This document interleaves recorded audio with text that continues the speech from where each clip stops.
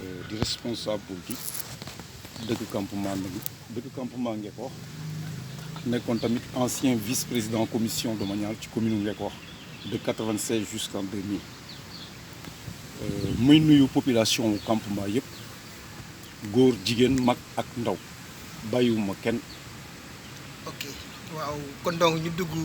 directement dans le vif du sujet yaakaar naa fi ñuy commencé mooy comme li nga xam ne moo lëmbee réew mi Covid 19 bi mais xam naa dañuy dañoo bëgg nga defal ñu benn bilan bu ndaw rek en résumé bilan du Covid 19 au niveau de notre commune quoi. waaw Covid 19 bi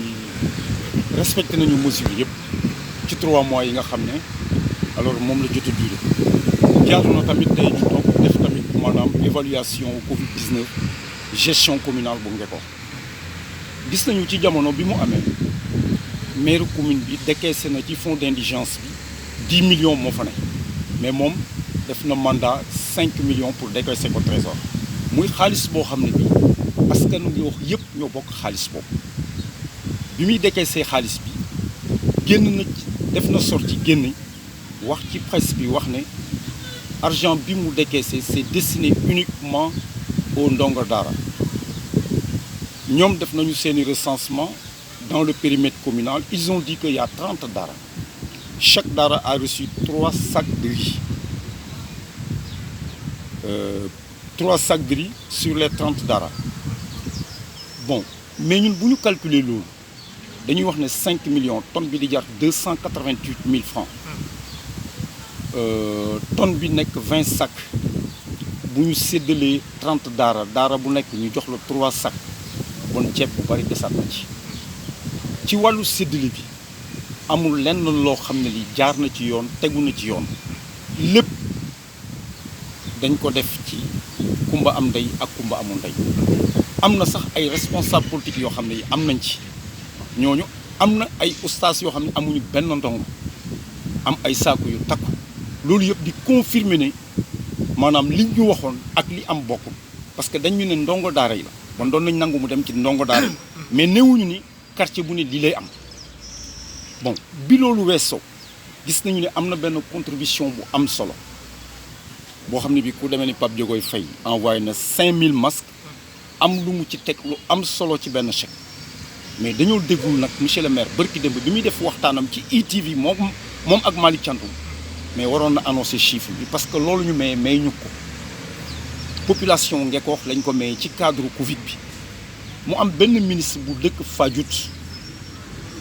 may département Mbour tonnes yu bari sauf la commune de Mbour ak commune Joal la ñu am ne ñooñu 10 tonnes la ñu am ak kenn ku nekk 1 million ci source yi ñu amaat nag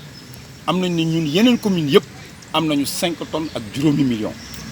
mais dégguñu loolu yëpp tamit ak association Pël Fuuta yi nga xam ne ñu ngi dund fii yëkkati nañu 240 000 francs tamit joxe ko transporteur bii nga xam ne moom la ñuy wax Ali Gueye Taxa def na acte bu noble yëkkati na 1 tonne may ko tamit askanu Ngekoox loolu yëpp tamit dégguñu ci dara donc mu mel ni moom bi muy def situation bi am na ñu mu fàtte am na xaalis yu mu tuddul te lépp dañ ko may askan bi à l'heure où je vous parle loolu bokkul ak seen séddale bi nga xam ne mooy bi passé parce que bii dañoo séddale ba pare loolu yëpp egsi mais loolu nag daf ko waroon a informer nit ñi bi muy def bilan bi Malick Thiandoum invité ko foofu war na wax nit ñi carrément la réalité des choses parce que xaalis yi laaj na mu cité ko laaj na tamit mu féliciter madame Sibi ci turu askanu Ngekoox yëpp parce que geste yi ñu def tout donateur dem na ba ci sax établissement scolaire bi ñuy wax Yadikoul ñoom def nañu seen contribution financièrement loolu yëpp waxu ko muy loo xam ne li askan wi daf ko war a xam parce que moom na ko leer ne moom li mu géré du mbiri boppam dëkk bi moo ko dénk gestion am dëkk bi moo ko dénk alalam ak sécurité am ba pare moom mettre ko ci condition yi gën a baax moom parce que essence bi muy yor sax même di ko doxee dëkk bi moo ko wateel 2 millions 500 jox ko loolu mu ngi ci cabinet du maire 1 million 500 yi mooy maanaam téléphone boo xam ne moom na ciy téléphone rek pour soxla Ngekoox véhicule bi ñu mettre à sa disposition pour muy dox soxla Ngekoox tamit mooy Ovo bi Pape Faye Yandé yor AD bi donc bon mettre nañ ko ci condition yëpp ba mu war a mën a liggéeyal Ngekoox di leen informer à temps mais ci Covid bi ñun suñu constat mooy maanaam partage bi c'est antidémocratique ñu di ko xamal nag ne ko mu des don bi nga xam ne moo war a jóge au niveau national ñëw don boobu du ñu mos a accepter situation bi demee nii parce que nous sommes prêts à informer à n'importe quel moment ci distribution boobu suñu matuwaay yëpp dinañ ko ci jël ba mu mat sëkk parce que dañoo bëgg lépp egg ci askan. ah waaw foofu leer na am na solo yaakaar naa comme bilan bi laal nga presque fépp mais li nga xamante si ni moom da kaa waroon def su ma la déggee bu baax dafa mel ni def ko parce que dégg naa si côté Jakarta yi keroog di TV boobu nga wax moom ma nga fay wax nee na salaire am lay génnee xaalis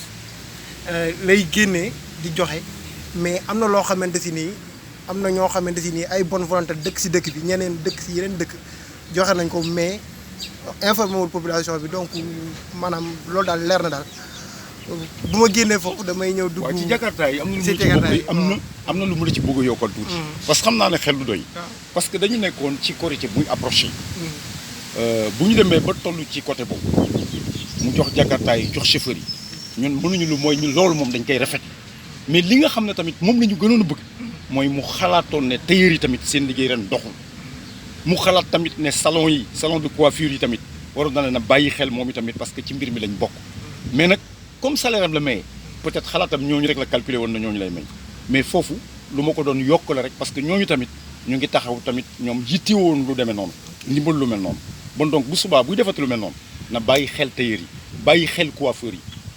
waa Ngexo daal ñoom ñoo ko fi teg kon. waaw bu nekkul ñenn benn portion la ci population bi donc ñu ñëw si deuxième point bi léegi mënuñoo wax Kébé te duñu wax si suuf Ngeko parce que gis nañu ni mu yoree woon suuf Ngeko mënuñu sooy wax te léegi dañoo bëggoon rek nga indi ñu benn comparaison bu ndaw tey si actuellement ni ñu yoree suuf Ngeko comment vous voyez-vous la gestion foncière actuelle. Déception totale parce que ñun ñu ngi toog di ko déglu ñu ñëwee toog lépp ñu ngi koy déglu ñu ngi koy xool 2014 la ko yàlla teg ci boppu nguur gi au niveau de la commune 2014 ba fii may wax ak yow amul benn délibération boo xam ne ñoom jël nañu ko boo xam ne concernant affaire suuf mu ànd ak approbation représentant de l'État ñu affiché ko wane ni lii benn dogal la bu ñu jël pour procéder à un morcellement mais mën nañu nangu ne tey à l'heure actuelle plus de 60 tool daggate nañu lépp di ci def lu leen neex loo xam ne dëppoowul ak yoon parce que suuf pour nga mën ko def pour nga mën ko morceler dafay laaj lu ñuy wax délibération dafay laaj lu ñuy wax permis de lotissement délivré par le ministère de l'urbanisme dafay laaj lu ñuy wax projet de lotissement boo xam ne urbanisme moo koy établir pour nga joxe tamit dafay laaj lu ñuy wax commission d'attribution ay fonctionnaires a fa nekk ñaari conseil kecce ñoo ciy rax muy benn conseil bu représenté conseil municipal bi maire bi daal di nekk président commission bi receveur des domaines ci la nekk urbanisme am na fa représentant le cadastre am na fa représentant mais loolu du mooy dox Ngeko lii dox Ngeko mais benn nit la wala ñaari nit ñu mbëkk tool yi di màbb di dem te moom waxoon nañu ci bi muy def campagne électorale ne bis bu ma yàlla mayee nguur gi dinaa toog ñaari at door cee wax na xool fi mu toogee ak bi muy dagg tool fa Ibou Ndione bi nga xam ne moo dëkk jàmm gën yàlla na ko yàlla yërëm te xare ko àjjana fa mu tëdd tey ba mu koy dagg est-ce que mat na 2 ans premier lotissement clandestin bi mu njëkk a def boobu fa Ibou Ndione di doomu Gàdd Ndione dëkk ci jàmm gën nekkoon président ASC Xay na xool moom 2 ans ya mu waxoon ak fi muy dagge loolu te nee naa la actuellement mu ngi ci presque boo xoolee 60 champs lotis sans aucune délibération du conseil municipal donc bon loolu dafay firndeel tamit ni lii échec la ci côté boobu bi mu toogee 2014 ba léegi mësoo dégg benn jamono bu ñu wax ne askanu Ngeko wala askan wi def leen demande mairie Ngeko parce que am na morcellement bu ñu def nit dafa war def demande pour am parcelle booy wut emploi da nga war a def demande d'emploi ci entreprise mais moom bi mu toogee ba léegi cela signifie que ne dëkkalul kenn 5 ans yëpp dëkkalul kenn donc ci politique boobu moo tax man la def ci échoué bi ci toppaat muy gis nañ ne mutation yi muy def ak askan wi nii durée bi yàgg na pour seen i kayit génn te loolu amul benn explication bu mu ci mën a joxe parce que commission domaniale bu demee vérifier affaire bi baax la ca des moom la pour mu signer bu ñu fayee trésor rek taxe boobu bu ñu wàññeekoo mën na leen a signer déjà ñoom li nga xam ne moo taxoon ñuy procéder à cette question mutation. bu may dugalaat foofu pour nga leeral dafa mel ni su mu la déggee bu baax conseil yi nga xamante ni teg nañ ñu leen fa ñoom dafa mel ni defuñu seen liggéey parce que tey bu fekkee dañuy dagg ab benn tool délibéré wuñ ko conseil yi ñoom lan mooy seen lii nu mu tëddee seen rôle waaw conseil bi xam nga dafa am ci conseil municipal lu ñuy wax organe exécutif bi mooy maire organe délibéral bi jël décision mooy quorumu conseil yi comme ñun 46 conseils municipaux lañ da ngay xool quorum bi bu ñu ko décidé ba préfet approuvé décision bi laa bu boobaa mbir mi tegu na ci yoon te loolu procès verbal boobu ñoom conseil yi dañ ciy signé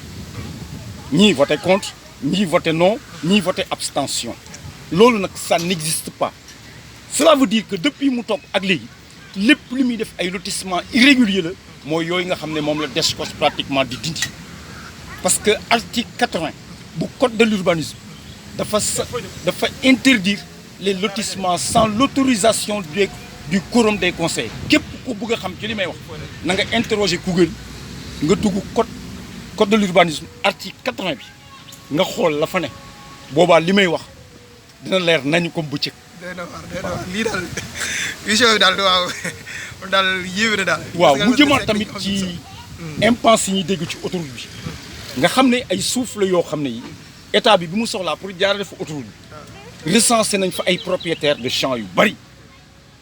ñooñu tamit kenn ku ci nekk fay nañu la mais suuf sa fa nekk AGEROUTE moomu ko amul ci sañ-sañ amul ci dogal mënu ko joxe suuf kenn moo koy joxe le conseil municipal hectare bu ñu fa bradé yëg nañu ko dégg nañu nag naari libaane yi di fa saax-saaxee di fa dugg guddeeg bëccëg mais kooku dafay nekk beneen chronique spéciale parce que chronique bi li taxoon ma def ko mooy premier chronique te dama bëgg incha allah chaque jeudi 2 heures bu jot rek ma livré askanu ngi wax benn chronique maa ngi nuyu ñëpp di sant ñëpp di gërëm ñëpp di leen jox nag daje alxames incha allah ci 10 heures ci beneen chronique. dafa am benn question boo xamante ni dafa jaaxal ñu bëri parce que gis nañ seen i jamono bi ngeen fi nekkee am te di kayitu kër yi dafa cachet monsieur le maire rek la daa am mais cette fois-ci dañoo gis ni